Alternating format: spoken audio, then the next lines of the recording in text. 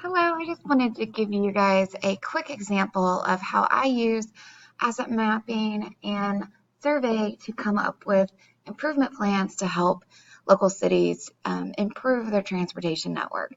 So this is a project I did for the city of Glendale, Arizona to look at their pedestrian and bicycle facilities. It's called the Glendale Active Transportation Plan. So the project looked at the entire planning area of the city of Glendale. These dark areas, that's the actual city boundary, but typically cities have larger planning areas where it's areas that might be unincorporated, excuse me, or areas that are a greater influence on the city, and they help plan for those areas. So you see a large area in the western part of the city of Glendale where it's not incorporated, but it's part of their planning area. So the first step in developing the plan was essentially doing my asset mapping. So we looked at where are current pedestrian and bicycle facilities. So we did a complete inventory of where their sidewalks are. So we utilized a program called GIS, Geographic Information Systems. I know we've read about that in our book. And we digitized in the location of all the sidewalks. We collected the location, the width of them, if there were any curb ramps present at intersections, so if they were ADA compliant, or if there are any obstructions in the sidewalks. So in total, there's over 1,300 miles of sidewalks within the Glendale planning area. So this is really important, this in asset mapping, because it gives us a baseline of what the conditions are.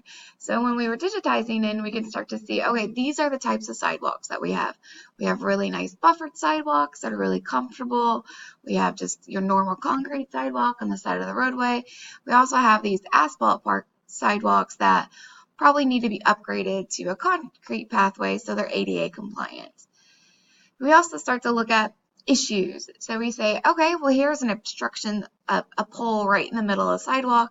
There's also a fire hydrant right in the center of the sidewalk. So if I'm in a wheelchair, this makes it really difficult for me to walk on the sidewalk.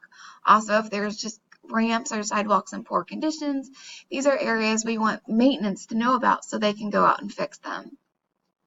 We also did the same for bicycle facilities. So we digitized in the locations of all their bike lanes, all of their off-street shared use paths, and we also looked at what the current roadway width is, if there's room to put in bike facilities on the current roadway structure. So here's a couple of examples of bike facilities in the Glendale planning area. You have this really nice bike lane that's buffered, that's really comfortable for a cyclist. Also a shared use path through the park and along the canals. There's also these areas where it says paved shoulders. But the interesting part with this is when you look at the sign, it says there can be parked vehicles. So if there's someone parked here, suddenly this bike lane is no longer a bike lane. They have to go into the center of the road, go around that parked car. So that's a safety issue that we want to look at as we progress through the plan. We also really want to look at crashes. It's really important to understand what safety issues we have, particularly from a pedestrian and bicycle standpoint.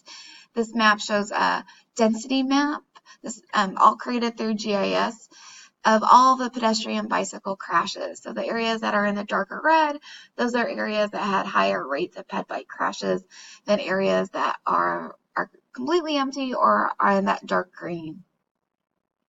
We also want to look at transit access. In our world, we call it first last mile connection. So your transit system is only as good as your connections to the transit system. So we looked at where all the routes are, where all the bus stops are. For every bus stop, we want to identify what are the amenities there. Can we walk or bike there? Is there a sidewalk connection? Are there bike racks there? Is there a bike lane there? So this shows you some examples in the western part of Glendale where they have a significant number of bus stops, but as this picture shows, there's no sidewalk. So people are having to stand in the middle of this grassy area to wait for their bus. Then once we have this baseline condition, we want to go out to the public and say, hey, these are what we understand are the issues and needs, but we want to hear from you. What are your issues and needs? So typically we create a project website or we'll do an online survey For Glendale, we did a couple really interesting things. We attended community fairs. We went to the Glendale Bike to Work Day. We went to the Glendale Family Bike Ride, Glendale Glitters, the Farmers Market. We attended a lot of different events. We also did a really big push on social media, asking people to go to our website, take a survey, comment. We partnered with the Parks and Recreation and HOA to send out direct emails to residents. We also collaborated with the Maricopa County Public Health Department, who went out and did one-on-one surveys in areas with to WIC clinics. They also went to pop-up events at community parks. They were able to help us with translating the survey into multiple languages. They got us interns, and one intern is from India. She was able to go to a couple of Indian affairs and was able to speak to the members in a language that I don't know. So was able to help bridge a gap of obtaining information from people that we probably don't typically participate in the planning process. We also did a really neat activity where we had an online map. People were able to go onto this map and draw lines or put dots in areas that they wanted to see improvement. So all of the little exclamation points, those are safety concerns that people had. All those blue dashed lines, those are areas that they wanted to see bike facilities. All those solid green, orange lines are areas that they want to see sidewalk improvements. So this is really interesting when you overlay this with our current facilities, so we can see if there's areas that aren't performing well or if there's gaps in the system. We also just wanted to ask simple survey questions. Hey, do you think walking and biking in Glendale is safe? 38% said yes, 34% said no. What's interesting is when you start to look at the socioeconomics behind this, and the people who said agreed were typically younger, lower income. The people that disagreed were typically higher income, older population. You can draw what conclusion you want from that. I have my own ideas, but I would love to hear what you think are the reasons behind that. And we also said, hey, what prevents you from walking and biking? A lot of people said they don't feel safe, that there's too much traffic, not enough lighting, maybe a few destinations are too far away, or there's no space allocated for bike facilities, or just our sidewalks or bike facilities are in poor condition. So we started to hear common complaints. These are from the Maricopa County Health Department survey. These are the surveys that were conducted one-on-one, and a lot of their input was transit related. They got on a couple buses and rode the buses and asked people what their opinions were. They sat at bus stops and asked people what their opinions were as well. So a lot of it, same things that are our complaints. Long waits for buses, bus stops lacking seating and shade. It's hot in Arizona. Maybe there's no bike lane from Union Hills to the place you want to go. Just a lack of services primarily. So once we have this existing kind of analysis of conditions and we know what the public wants, we do a gaps analysis. So this is a needs assessment. So this is saying, hey, here's where we're at, but what do we need to improve this roadway system? So we look at, if there's areas where sidewalks are missing, bike lanes are missing, if there's areas that if you put in a bike facility or a pedestrian facility, it would really improve connections or quality of life. So first step is an intersection. So these are spot improvements.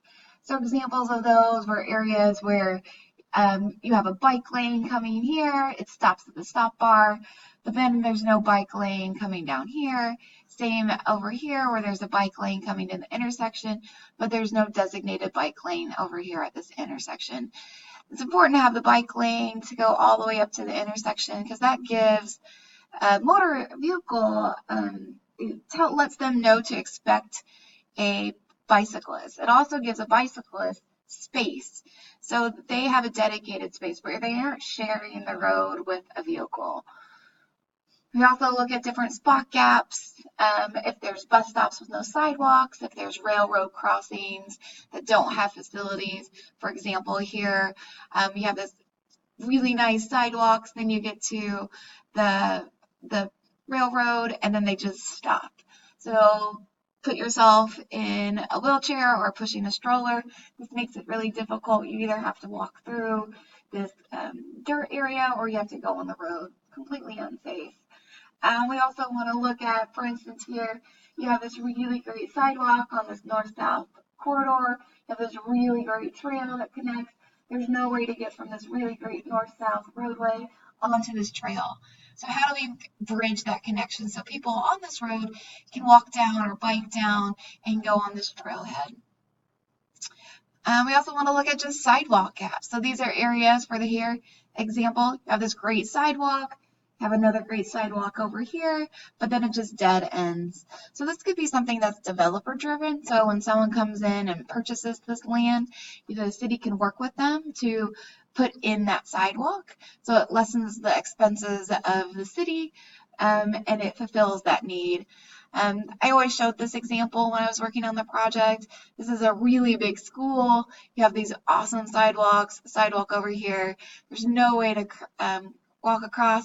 And right here is a community center. So this would be a really important area that you would want to put in sidewalks particularly because people walking back to school. So that's something we really want to address. We also want to look at it from a bicycle connection standpoint. So everything on here is a solid blue line. These are existing bike facility.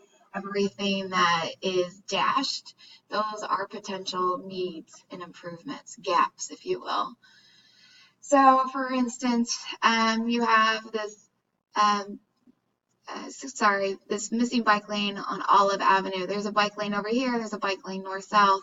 There's no connection over here. But over here to the west, there's a bike facility. So those are areas that we want to look at improving. Another really important factor, particularly when it comes to looking at pedestrian and bike facilities, are socioeconomics and health. Typically, our walkers and bikers for a commuting and daily life perspective are lower income, maybe they don't have access to a vehicle, maybe they're disabled, minority, elderly, or the youth. So what we did is we created a socioeconomic equity model. This is all, again, through GIS. And so we're looking at these key socioeconomic drivers. And what we did was we layered these different population groups on top of each other to create density models.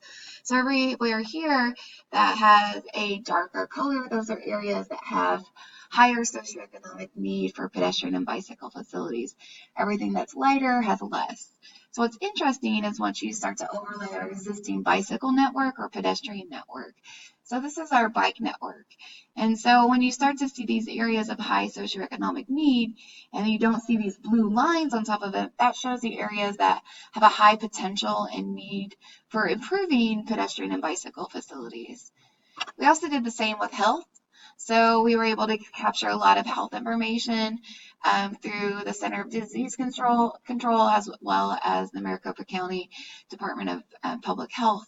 And so we look at areas where chronic health issues that may be alleviated by physical activity. So stroke, diabetes, heart disease. You can also look at asthma. And there's also some data where it's the amount of physical activity people obtain every year, what they say. So utilizing these health factors, we looked at stroke, heart disease, diabetes, and obesity. So these darker areas are, again, the areas that have the higher rates. These light yellow ones are the areas of lower health inequity. So again, when we start to overlay our data, this has bike facilities as well as sidewalks, you start to see really big gaps in our sidewalks and bicycle facilities and areas that, from a health perspective, could really benefit from it because it's almost that if you build it, they will come. So if you could put it in amenities and encourage people to walk and bike, hopefully they will and alleviate that greater health issues.